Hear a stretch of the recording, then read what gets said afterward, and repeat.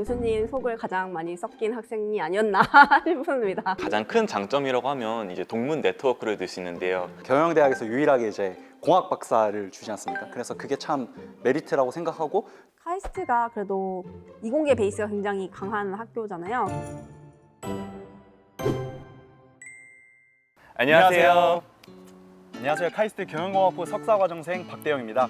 안녕하세요. 크로싱 인터뷰 MC를 맡게 된 경영공학부 석사과정 김범수입니다.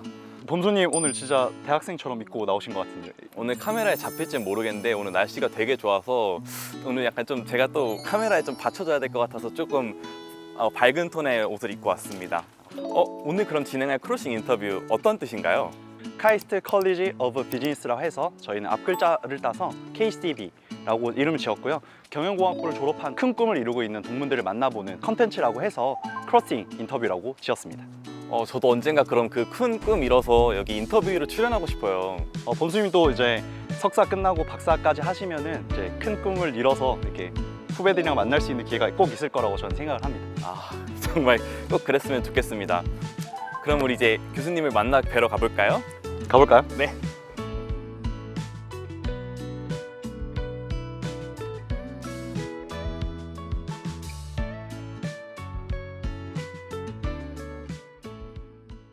안녕하세요. 네, 교수님. 안녕하세요.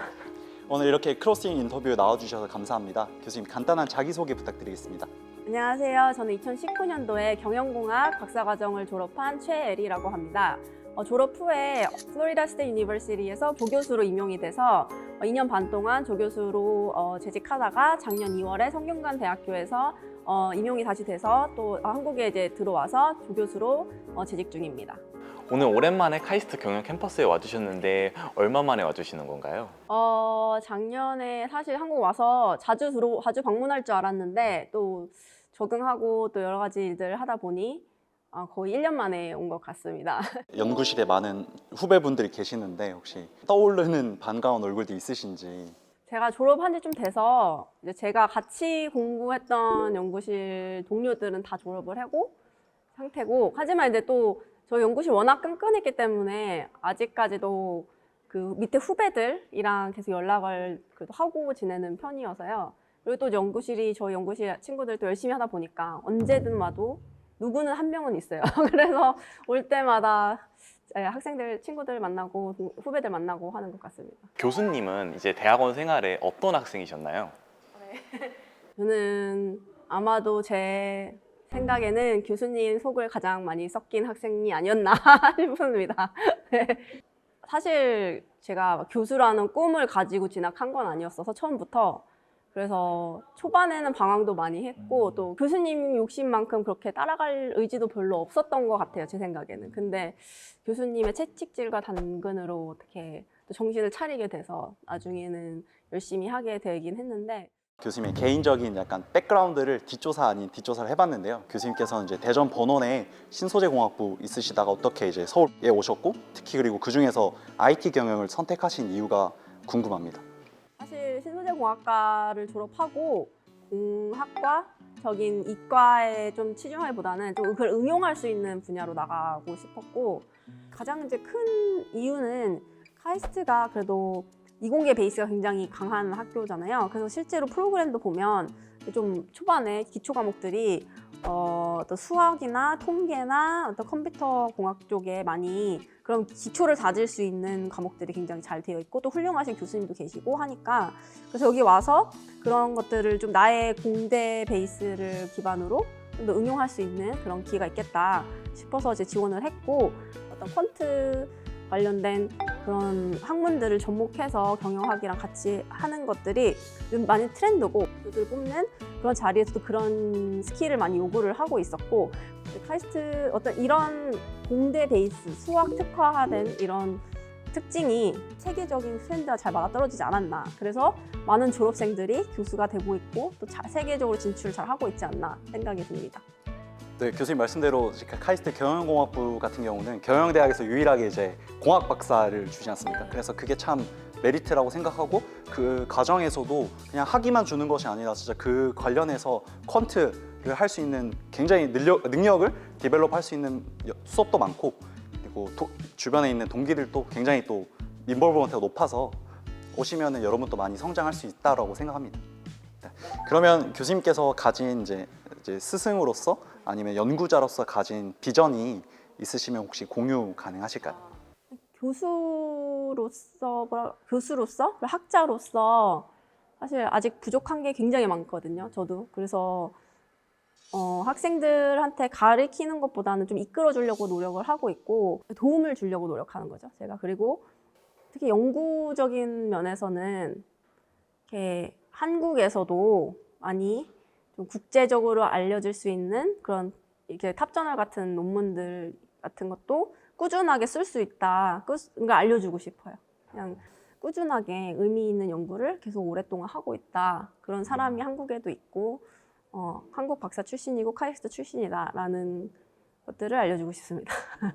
저는 개인적으로 1학년 때 들었던 뭐 계량 경제 수업이라든지 오원석 교수님이 하셨던 연구 방법론 수업이 연구 고급 논제라든지 수업이 너무 유익했던 것 같은데 선배님께서는 또 언제 어떤 수업이 또 유익하셨는지 조언을 한번 해주시면 좋을 것 같습니다. 저도 만약에 이제 과거로 돌아가서 석사 1년차, 박사 1년차가 된다고 하면 그런 카이스트만의 특화된 과목들이 몇 가지가 있어요. 타 학교들에서 제공하는 그런 과목들에 비해서 아까 말씀 주신 그런 계량경제학이나 아니면 또 뭐 오원석 교수님의 연구방법론 같은 그런 것들을 보면 굉장히 탄탄하게 다질 수 있는 이론적으로 탄탄하게 다질 수 있는 그런 수업들이 몇 가지가 있거든요. 근데 1학년 때쯤에 좀 열심히 수업을 듣고 기본적인 걸 듣고 2학년 때쯤 아니면 1학년 끝날 때쯤에 교수님이나 아니면 선배들이랑 같이 직접적으로 연구를 좀 콜라보를 하면서 좀 현장에서 배우는 맨땅에 헤딩일 수도 있겠지만 그런 것들을 좀 해봤으면 좋겠어요, 직접적으로. 다음 질문입니다. 카이스트 경영대학의 가장 큰 장점이라고 하면 이제 동문 네트워크를 들 수 있는데요. 예를 들어서 혹시 주변에 대학 교수나 CEO 아니면 직접 창업하신 분들이 계신지 궁금합니다. 네, 저희 연구실 같은 졸업생들은 다 지금 해외에서 교수를 하고 있고, 그리고 또 이제 창업한 친구도 있습니다. 네. 권혁구 박사가 지금 이제 난양 유니버시티에서 교수로 하고 있고, 또 연구 활동도 굉장히 활발하게 하고 있는 걸로 알고 있고, 그다음에 이제 저랑 또 같이 졸업한 소현지 박사는 맥길 대학에서 네, 또 조교수로 있고, 손윤석 교수는 지금 노트르담 대학에서 또 엄청 활발하게 연구를 진행하고 있다는 걸로 알고 있고, 그다음에 그 뒤에 이제 제일 마지막에 알 수도 있을 텐데 이희승 박사 아시나요? 네, 그분은 그 텍사스 주립대학에서 댈러스에서 또 조교수로 임용이 돼서 이제 다들 열심히 살고 있습니다.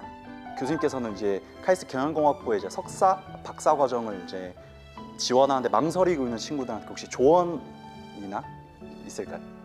진로 고민하는 이유가 두려움이라고 하면 그러면 사실 이 길 자체가 박사과정 자체가 자신과의 싸움을 이기면 80% 먹고 들어가는 싸움이라 생각을 하거든요. 카이스트 경영공학부에 이제 훌륭하신 교수님도 엄청 많고 또 이제 시스템도 굉장히 잘 되어 있기 때문에 본인이 열정과 그리고 꿈만 있다고 하면 동문들 선배들도 있으니까 다 많이 도움 주시니까 그분들 믿고 한번 열심히만 하면 또 여러 가지 기회가 있지 않을까 생각이 듭니다. 강추입니다. 네, 교수님께서는 그 아까 말씀하셨던 그 자신과의 싸움에서 이기면 80%는 먹고 간다 하셨는데 교수님께서는 어떻게 나 자신과의 싸움을 이기셨는지 전 맨날 져가지고 문제긴 하더라고요. 네. 사실 저도 많이 타협을 하고 싶을 때가 많았죠. 근데 항상 그때 옆에 친구들이 있었던 것 같아요. 정말. 그리고 되게 고마웠던 거는 제가 저 스스로 무너지기 전에 저희 연구실 동기들이 알아봐 줬어요, 그거를. 그래서 먼저 와서 다독여주고 위로해주고 해줬던 것들이 많이 도움이 됐고 이런 거는 마음에 항상 가지고 있어야 되는 것 같아요. 열심히 하면 열심히 해야 된다, 이런 거. 그러면 혹시 교수 생활 중에 혹시 재미있는 에피소드 같은 거 있나요? 그리고 또 제가 이제 개인적으로는 결혼을 하자마자 같이 남편이랑 미국을 간 거여서 그래서 오느라 바빴죠, 신혼 때는. 그런데 그러고 또 이제 그 동료 교수들이 워낙에 또 잘 챙겨주는 좀 학교 분위기가 좋았어서 그래서 이제 제가 가서 임신했을 때 이제 몰래 베이비 샤워를 해줬는데 그때 그 몰래 이제 줌으로 우리 이제 디파트먼트 미팅 한다 하고서는 갑자기 소포 꾸러미들이 와르르르 오면서 줌 미팅을 했던 베이비 샤워를 했던 그런 기억이 있습니다. 그러면 저의 개인적인 질문이긴 한데 교수님께서는 플로리다 유니버시티 계시다가 한국으로 돌아오게 되신 계기가 있으신지. 제가 이제 한국 박사 타이틀을 가지고 미국에 나가게 된 건데 저 때만 해도 이런 케이스가 이제 시작되고 있었던 것 같아요. 그래서 물론 저 앞에 권혁구 박사가 너무 잘해줘서 길을 잘 닦아준 덕분에 그래도 카이스트 박사라는 그런 것들이 좀 알아주기 시작할 때였고, 하지만 이제 저도 제 뒤에 이제 후배들을 위해서 조금 더 잘 닦아놔야겠다 생각을 많이 했었고, 또 학계에서도 계속 남아서 열심히 연구를 할 수 있다라는 선행을 먼저 하고 싶었던 그런 생각도 하면서 들어온 것도 있습니다. 그래서 후배들이 좀 만약 연구에 대한 뜻이 있고 열정이 있다고 하면 좀 그런 것들을 생각을 해서 교수도 되고 또 학계 나가서도 열심히 활동을 했으면 좋겠습니다. 네. 이제 드디어 마지막 질문입니다. 교수님에게 있어서 카이스트 경영공학부는 어떤 존재인가요? 뜻하지 않았던 행운인 것 같습니다. 행운이라고 말하기 좀 큰 것 같기도 한데 어쨌든 인생의 전환점이 되었기 때문에 여기 와서 5, 6년 시간 동안은 정말 열심히 살았던 것 같고 또 제 스스로에 대한 어떤 발견을 할 수 있었던 그런 기회가 되었던 것 같습니다. 그리고 여기서 만들었던 인연들도 오랫동안 평생 갈 것 같고 감사한 공간이죠. 네. 교수님 멘트 준비해서 오신 거 아니신가요? 아니요. 너무 좋아가지고 뜻하지 않은 행운. 네. 네. 네, 이렇게 벌써 오늘 크로싱 인터뷰를 마무리할 때가 되었는데요. 그러면 이제 크로싱 인터뷰 마치기 전에 교수님 혹시 오늘 나오신 소감이 어떻게 되는지 궁금합니다.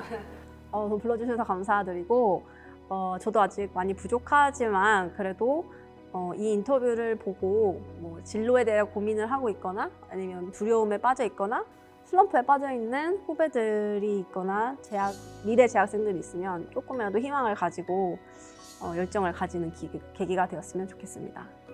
저도 이렇게 직접 해외로 임명되신 분들의 사례를 그냥 이렇게 글로만 보았는데 생생하게 인터뷰를 들을 수 있으니까 나도 이제 학자로서 더욱 열심히 해야겠구나 결심하게 되었습니다.